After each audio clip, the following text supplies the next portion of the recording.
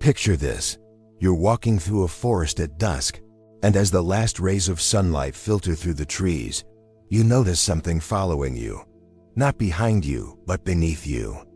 Your shadow, cast long and distorted across the ground, moving in perfect synchrony with your every step. Now imagine that this shadow has a mind of its own, filled with thoughts you've never acknowledged, desires you've never admitted, and parts of yourself you've spent your entire life trying to forget.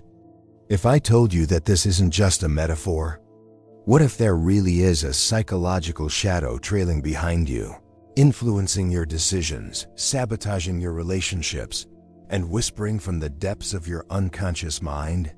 Carl Jung, one of the most profound explorers of human psychology, discovered that we all carry within us a dark companion, a repository of everything we've rejected about ourselves.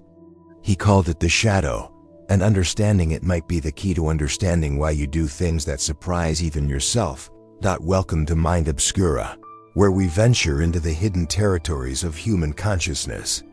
Today we're descending into the darkness, not to lose ourselves, but to find the parts of ourselves we never knew existed.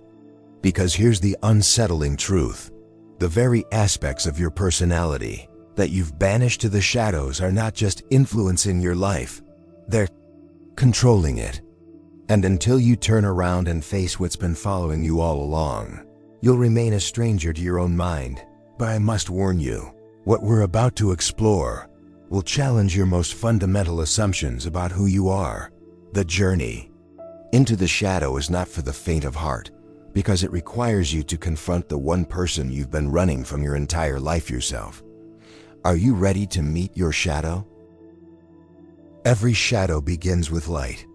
In the first years of your life, you were a complete being, expressing every emotion, every impulse, every facet of your developing personality without filter or shame. You cried when you were angry, you demanded attention when you needed it, you expressed jealousy, selfishness, and raw desire as naturally as breathing. You were, in Jung's terms, psychologically whole. But then something happened. The world began to teach you that certain parts of yourself were unacceptable. Perhaps you were told that anger was bad, that being selfish was wrong, that certain thoughts or feelings made you a bad person. Slowly, methodically, you began to exile these aspects of yourself into what Jung called the personal unconscious. You didn't destroy them, that's impossible. You simply pushed them down, locked them away, and forgot they ever existed. Think back to your childhood for a moment. Can you remember a time when you expressed something authentic about yourself, only to be met with disapproval, shame, or punishment? Maybe you felt intense jealousy toward a sibling and were told that good children don't feel that way. Maybe you expressed anger and were taught that anger was dangerous or unlovable. Maybe you showed vulnerability and were taught that weakness invites attack. Each time this happened, a piece of your authentic self was cast into the shadow. And here's where Jung's insight becomes truly profound. These rejected aspects don't disappear. They don't wither and die in the darkness of the unconscious. Instead, they form a parallel personality, a shadow self that contains all the vitality, creativity, and power that you've disowned. But the shadow is not just personal. Jung discovered that we also inherit collective shadows, cultural and ancestral patterns of repression that have been passed down through generations. The qualities that your family, your culture, your society has deemed unacceptable become part of your shadow before you're even old enough to choose for yourself. This means that some of what you've rejected about yourself isn't even truly yours. It's the accumulated shame and denial of countless generations. Consider this. Every culture has its collective shadow. In a culture that values productivity, rest becomes shadow.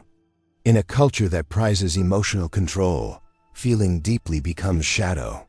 In a culture obsessed with youth, aging becomes shadow.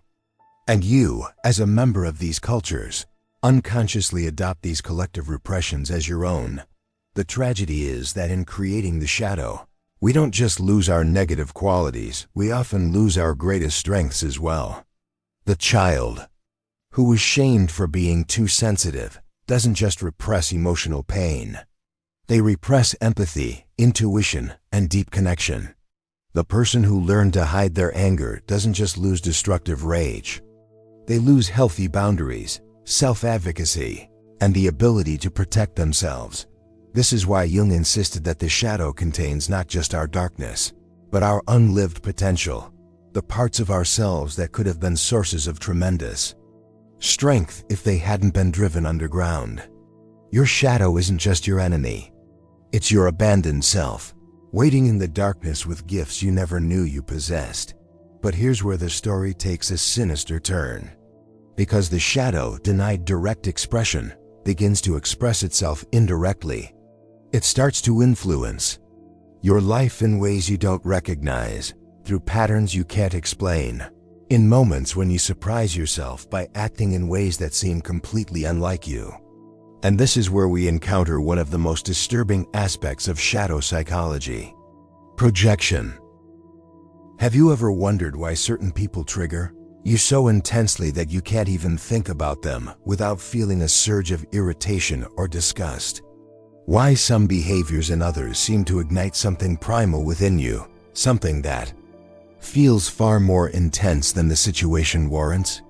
Jung discovered that these powerful emotional reactions are rarely about the other person at all.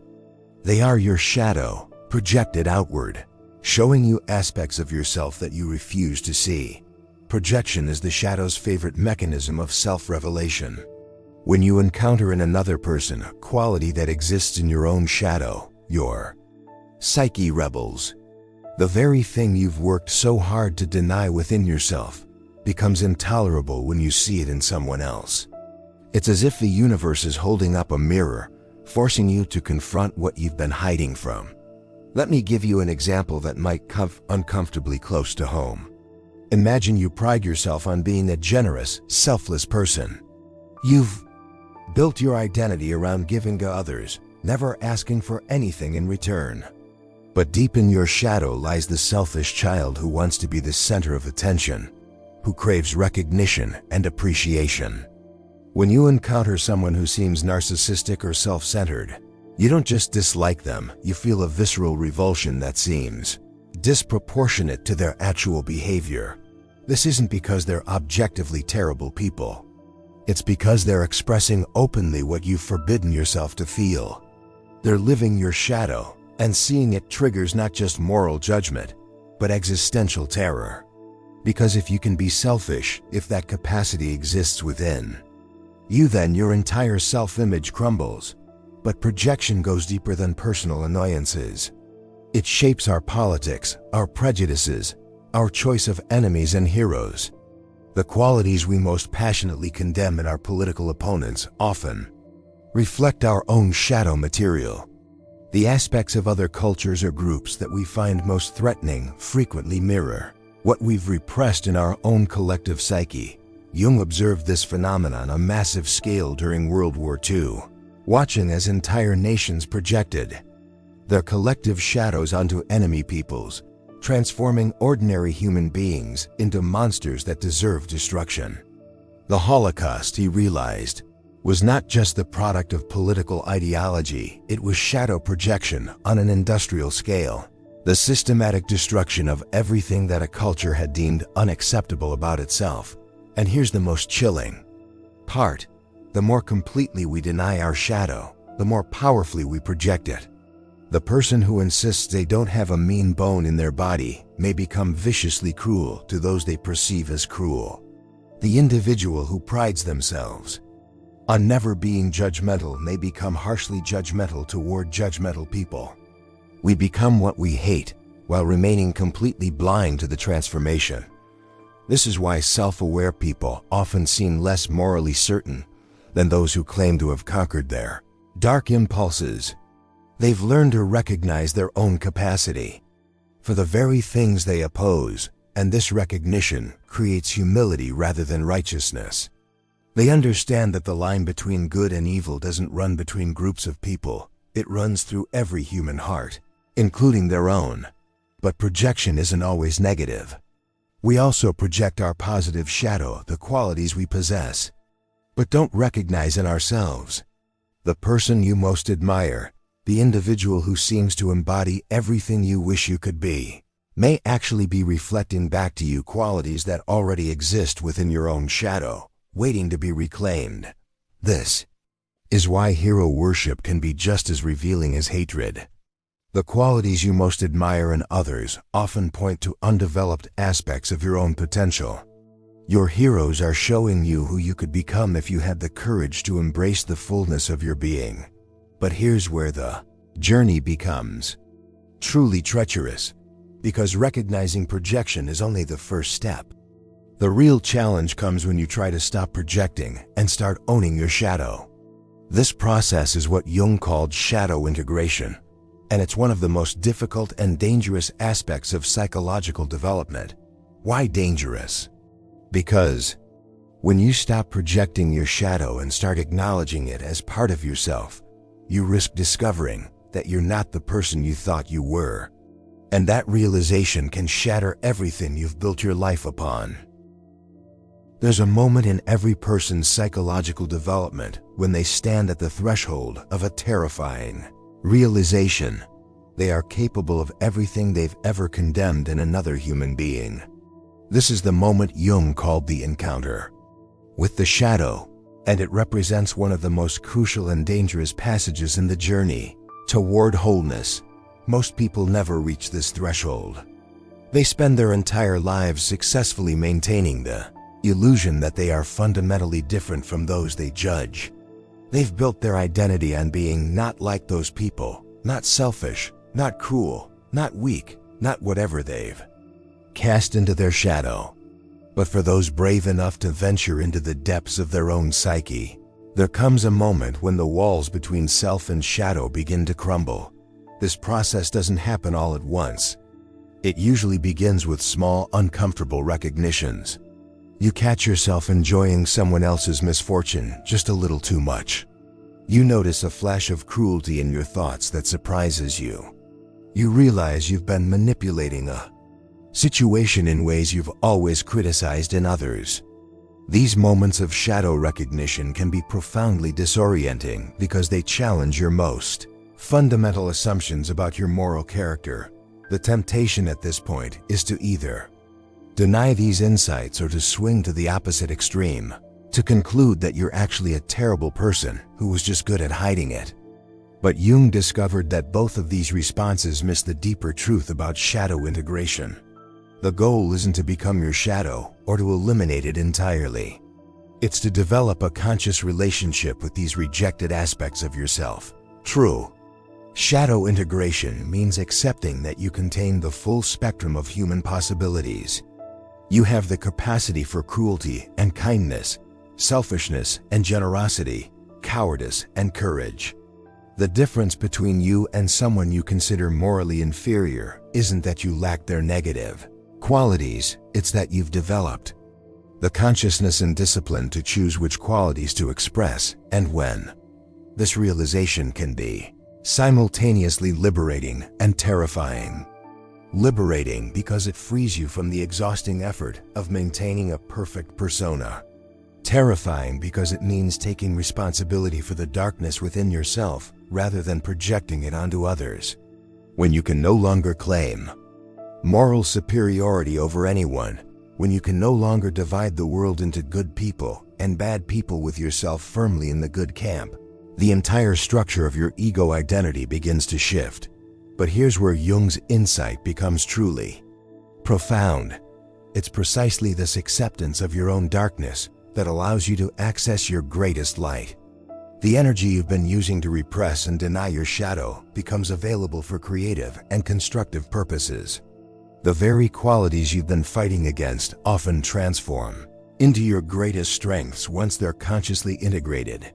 Consider the person who has repressed their anger.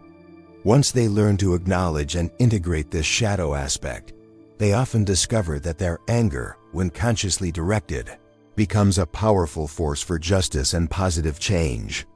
The individual who has denied their selfishness may find that owning this tendency allows them to set healthy boundaries and advocate for their own needs in ways that ultimately serve everyone better.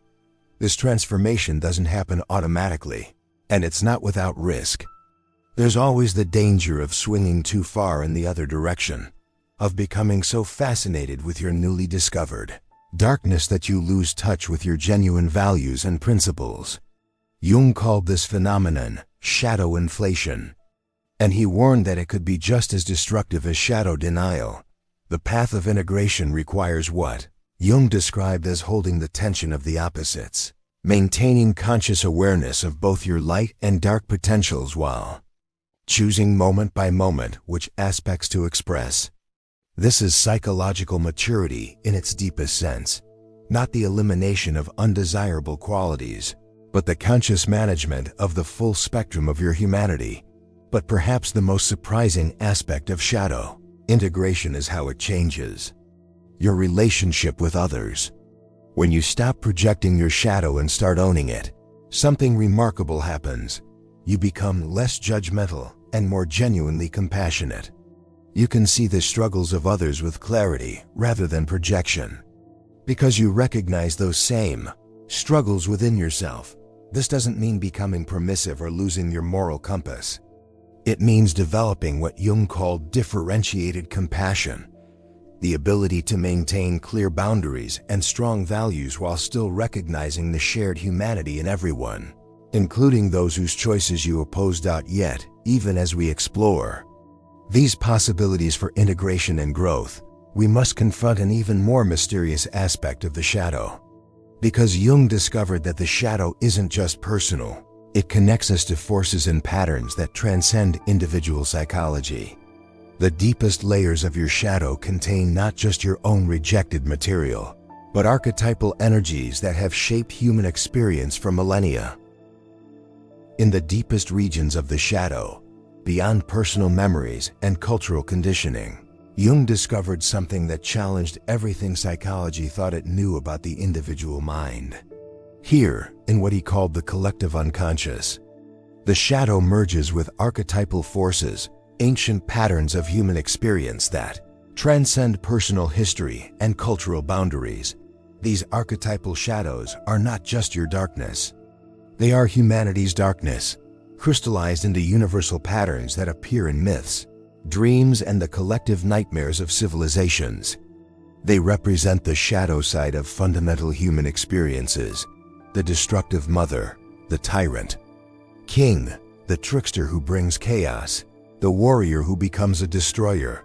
When you encounter your deepest shadow material, you're not just meeting your rejected personal qualities, you're tapping into primordial energies that have influenced human behavior since consciousness first emerged from the darkness of prehistoric caves. This is why shadow work can feel so overwhelming, so much larger than your individual psychology. You're not just healing personal wounds. You're confronting forces that have shaped the entire human story. Consider the archetype of the destroyer, the Kofa, aspect of the psyche that seeks to tear down, to end, to reduce to chaos.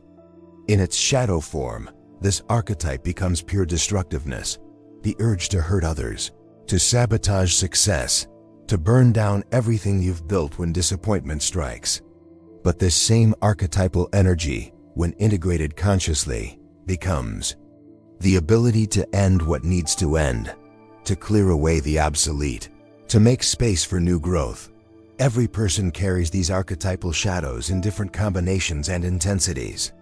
Your particular constellation of shadow archetypes shapes not just your personal struggles, but your potential contributions to the collective human story.